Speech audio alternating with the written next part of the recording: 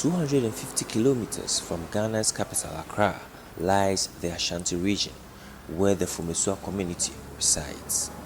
Here, residents take pride in their tradition, and fetish priests are respected and held in high esteem.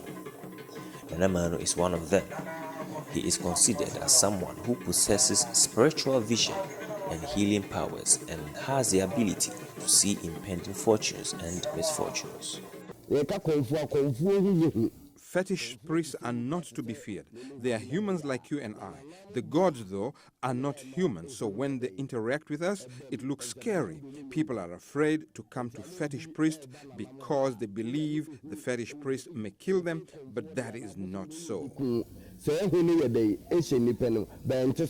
Efia Echan, an 86-year-old grandmother and a native of Fumesua, is a firm believer of the powers of fetish priests.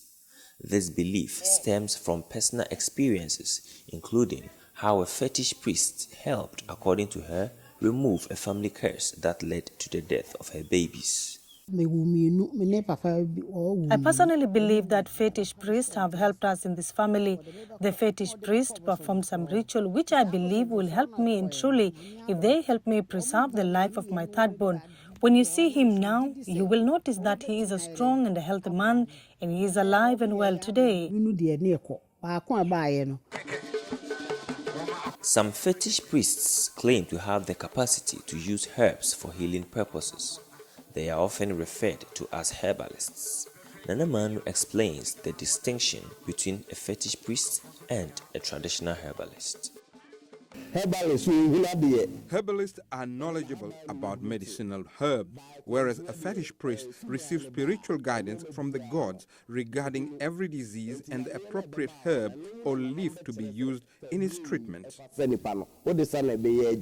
Not everyone in Fumesua shares the belief that fetish priests work in the interest of the community.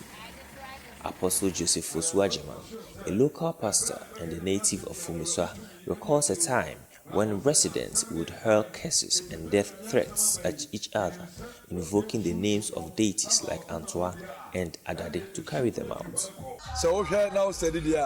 When you study it well, you will notice that at first people in Fumesua were very much interested in worshipping idols. But today, by the grace of God and the work of God being done here, I, Apostle Joseph Fosu Ageman, popularly known as Osofo Joe, can testify that there has been a tremendous improvement in the situation. Many people are worshipping in church, and the influence of the gods have reduced. Locals often relied on religion to fulfill their desires. Manu explains that there is a general mistrust in the justice system. Many believe that true justice cannot be left in the hand of the country's institutions. In this town, we used to prefer that gods give us justice and retribution. However, we acknowledged that the methods of the gods were too severe, so we decided to just let offenses go unpunished. Francis Kweku Anane, a teacher and a resident of Fumesua, has never had an experience or interaction with a fetish priest. However, he believes that the ancestors should be revered, as it is the custom in many other cultures. I might not get a time to regard them, I might not get a time to worship them, but if someone is doing it, I don't see anything bad with that.